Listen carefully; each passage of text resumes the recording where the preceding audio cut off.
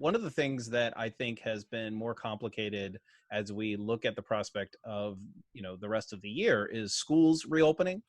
And I just wanted to get everybody's take on the just what's going on here. What are we thinking about the challenges of reopening, some of the opportunities that people like us who believe in school choice think are on the horizon? I mean, we even have Trump talking school choice lingo big time lately, so that might change things. I think there's some good news in there, but what's the real problem happening? To me, like what I'm observing here, at least in Missouri, is there's just so much uncertainty as to, from 2 points of view. One, do the parents want to put their kids in the school? Yeah. And even if they do, well, I guess this would be a third problem. So if they do, what are the conditions going to be like? And then the third is the wild card of the teachers as well. And many of the teachers, I mean, let's be frank here. Even if we're against the public school system, we still can have we can have respect for teachers and the work that they do. And that's, we should do that overall.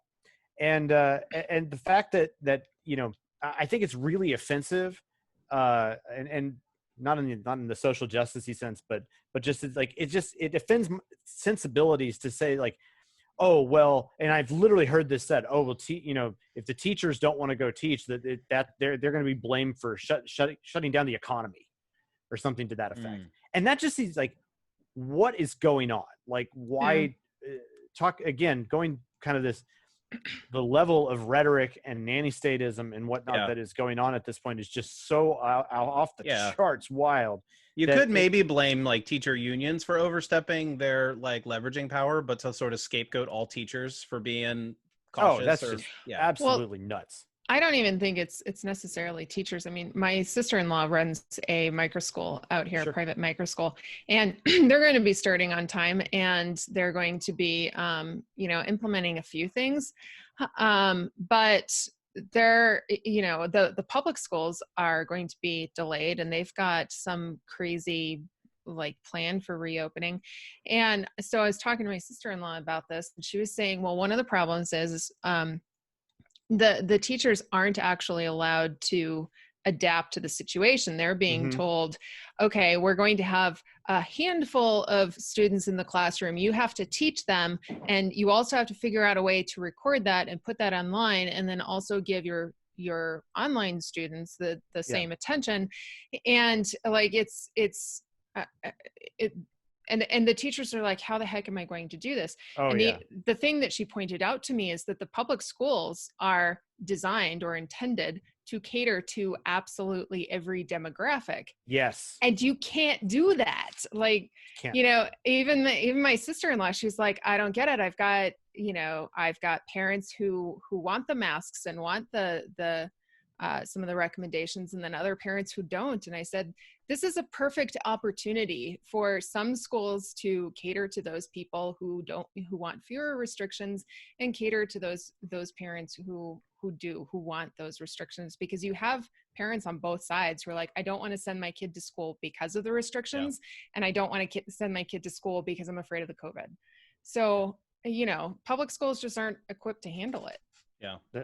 And nor should they be. And I think that this is a place where the market can actually really provide. I actually was in a discussion in a Facebook group. Actually, no, it was a friend of mine's Facebook. He is a big proponent of the public school system. And I just said, well, listen, if schools don't want to reopen, I think this is a good case for school choice. And oh man, that is just an absolute it's sacrilege. Heresy. Heresy indeed. I've pointed out to several people that between all of the private school options and all of the different kinds of homeschooling curriculum and models and just, options for doing that, if the Department of Education went away tomorrow, America could still have a superior education of their kids. Like, we don't need it. It can shut down tomorrow. Yeah. Maybe we should resurrect that one bill that said to basically get rid of Betsy DeVos because the left just absolutely abhors her. And basically the bill was introduced to abolish the Department of Education, but like nobody on the left actually read what the bill was. They were just like, yeah, hit reshare. Get rid of that. Let's promote Nice. this. Really Yeah, work. let's do that. We could resurrect that for sure. I got to tell you guys, I think Trump is a secret genius. Sometimes get somebody in there that people will hate, and then you can just get rid of the whole department. I think it's fantastic. If that's the way it ends up, then glory be. That was in The Art of the Deal. I don't know if you knew that, Norm. Really? Is that in The Art of the Deal? You want to shut down a company? Just put somebody in there who's absolutely terrible. And go away. That's my best. I can't. So, do that. I can't either. What do you guys recommend to? I mean, I know Matt, you and I have talked about our children going to schools because we, at least for the past year or so, our kids have gone to the same school, and what do we do as Christians to think about our kids' safety, or the safety of our neighbors' kids, all of that in terms of like making a prudent and wise choice? Any of you can, chime in, of course. I was directing that at Matt more, but just because our kids are so close. Honestly, I'll say this, for Christians to take a libertarian bent in education means that you almost have to be staunchly school choice, and you almost have to pursue that, I think, with all passion. Even if you choose public school in the end, you do yourself a disservice if you don't explore your options and shop. If you can't homeschool, I understand that. Here's the thing, I can't homeschool either. Just not an option for us. We chose to go to a private Christian school, and actually we're shopping private Christian schools right now because of how the school that we went to handled a lot of these issues. But if you're a libertarian and you're not going out there, I heard it best said that if you send your kids to Caesar, don't be surprised when they come back Romans. That's right. Yeah. Yep. Yeah, it's really complicated. I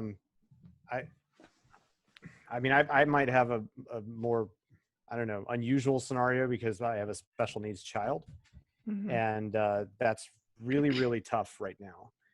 Because we're kind of stuck between rocks and hard places any way you slice it. There's really no good option. And that's really hard when you're also trying to deal with a very social and outgoing 4-year-old and a 2-year-old, and all of them need their mom constantly, and we're just trying to make ends meet while we're at it, which isn't doing particularly well either. So it's like, oh yeah, this is just perfect. And where the public school is definitely not an option, but there are extremely expensive other options that are just like, what are we going to possibly do? How do we do this? And but it's very difficult.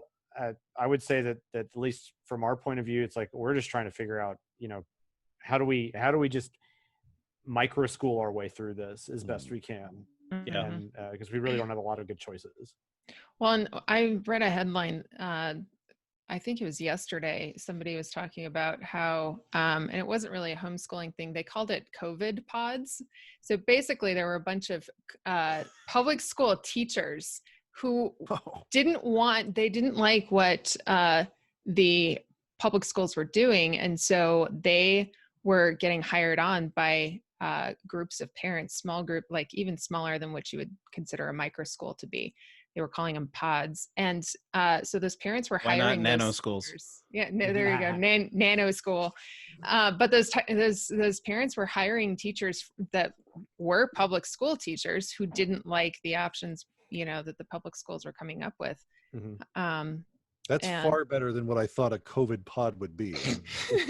That would be... I didn't come up with the name, but I could see you have a lot of special ed services in the public school system, and some of them aren't even all that bad. Give them an incentive to come away from the public schools and do something more private. I will say that I think one American that's having a fantastic year throughout COVID-19 is Corey DeAngelis. He's really been a pioneer for school choice through this whole COVID issue. Yeah. Well, I agree. The one thing that I think is going to be really, I think, amazing in the long run, I hope, is that we will have a completely different way of thinking about education. People like us have been trying to be like, we got to do more remote education. We got to do more online. We got to do more of this, more of that. And like everyone's like, okay, that sounds really great. We'll maybe do that one day, or we'll kind of like tack that on here and there for stuff. But now we're kind of forced to think of things. I think, just like the workforce has started to realize that there's a lot that could be done remotely from home. They don't have to be in the office, even if it's not 100%. They don't have to always be there. So maybe this is where school gets changed, and we have teleschool, and I mean, that does mean our kids stay home with us a little bit more, and I know that that's a mixed bag for some parents, or maybe every parent. I don't want to assume, but I don't know, man. I was in a conference who actually argued that the Industrial Revolution and the segregation of parents and children into different social structures in terms of education really did a disservice to the family, and having family time more together really does do well for kids overall. So it might actually improve family life.